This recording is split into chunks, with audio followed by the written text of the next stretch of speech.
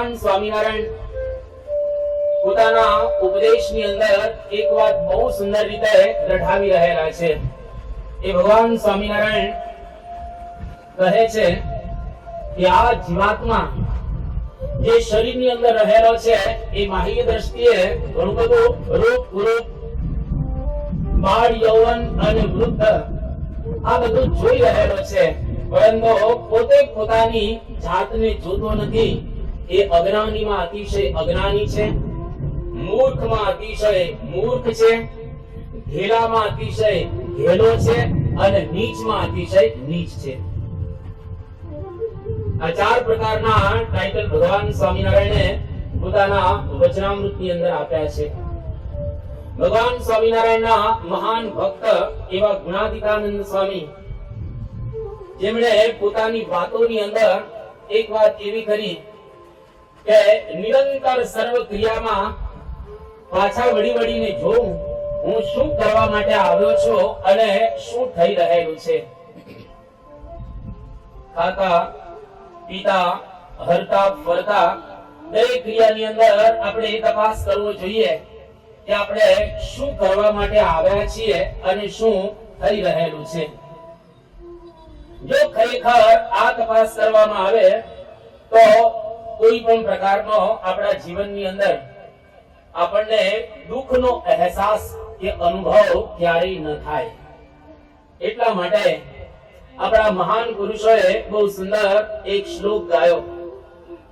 જે શ્લોકની અંદર મહાપુરુષો આપણને બતાવે છે કે પ્રત્યહમ પ્રત્યવેક્ષેત નરશ્ચરિતમાત્મનઃ કિન્નુ મે પશુભિસ્તુલ્યં કિન્નુ સત્પુરુષેરિતિ. એટલે કે પ્રત્યહમ દરરોજ પાછા વળી વળીને જોઉં એ ખરેખર મારું જીવન સત્પુરુષ જેવું છે કે આ જગતના પશુઓ જેવું છે. પશુઓને કોઈ પણ પ્રકારના નિયમ હોતા નથી.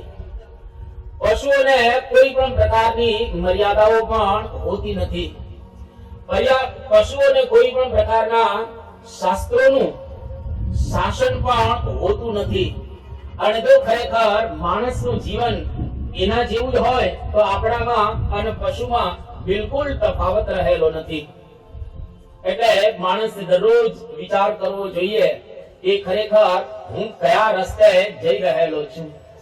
એક વખત એક શાળાની અંદર નિબંધ સ્પર્ધા હતી, એસે કોમ્પિટિશન. આ એસે કોમ્પિટિશન ની અંદર બધા વિદ્યાર્થીઓ પોતપોતાની રીતે નિબંધ લખતા હતા. એની અંદર એક વિદ્યાર્થીએ ફક્ત 3 લીટીનો નિબંધ લખ્યો અને આખી શાળામાં એનો પહેલો નંબર આવ્યો.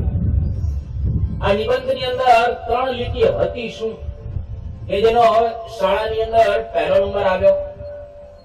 બહુ સુંદર રીતે આ છોકરાએ લખેલું હતું, અંગ્રેજીમાં લખ્યું હતું કે I want to change the world.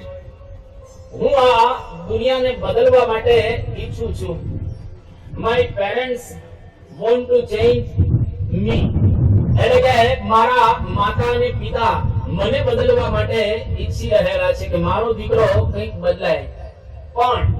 but I have decided to change myself. મેં એવું નક્કી કર્યું કે હવે મારે મારી જાતને બદલવી છે. દુનિયા કદાચ બહારથી બદલાય તો ખૂબ સારું છે. કદાચ લોકો બહારથી સારું જીવતા થાય તો કોઈ પણ પ્રકારનો વાંધો નથી, પરંતુ મારે મારી જાતે બદલાવું છે. મારે મારી જાતની અંદર કંઈક સુધારો આપણે કરવો છે. આપણે દરેક જગ્યાએ સુધારા કર્યા. કોઈ પણ જગ્યા તમે જુઓ ને, તમે ઘડિયાળ પહેરો છો, કેટલા સુધારા થયા છે ઘડિયાળમાં. આજથી 200 વર્ષ પહેલાની ઘડિયાળ જો તમારી પાસે હોય તો તમે જોજો, અને અત્યારની લેટેસ્ટ ઘડિયાળ જોજો. જ્યારે મોબાઈલ ફોન આવ્યા ત્યારના ફોન અને અત્યારના મોબાઈલ ફોન કેટલા સુધારા સાથે અત્યારે આવી ગયેલા છે. પહેલા માઇક્રોફોન આવતા હતા, જો તમે જોયા હોય તો લગભગ 50 વર્ષ પહેલા આવા જાડા માઇક્રોફોન હતા, આમાં મૂકેલા હોય જાડા જાડા બે બાજુ, અને અવાજ પણ એની અંદર એટલો બધો સ્પષ્ટ આવતો હતો નહીં. ધીરે ધીરે ધીરે ધીરે સુધારા કરતા ત્યાં પહોંચી ગયા. અત્યારે તો પિન માઇક આવે છે, તમને દેખાય નહીં આગળ હોય, આમ દેખાય નહીં દૂરથી, અને એટલું સરસ નાનું માઇક હોય અને અવાજ પણ એનો સરસ આવે. જો સુધારો થયો, ગાડીઓમાં સુધારો થયો, લાઇટોમાં સુધારો થયો, માઇક્રોફોનમાં સુધારો થયો, ટીવીમાં સુધારો થયો.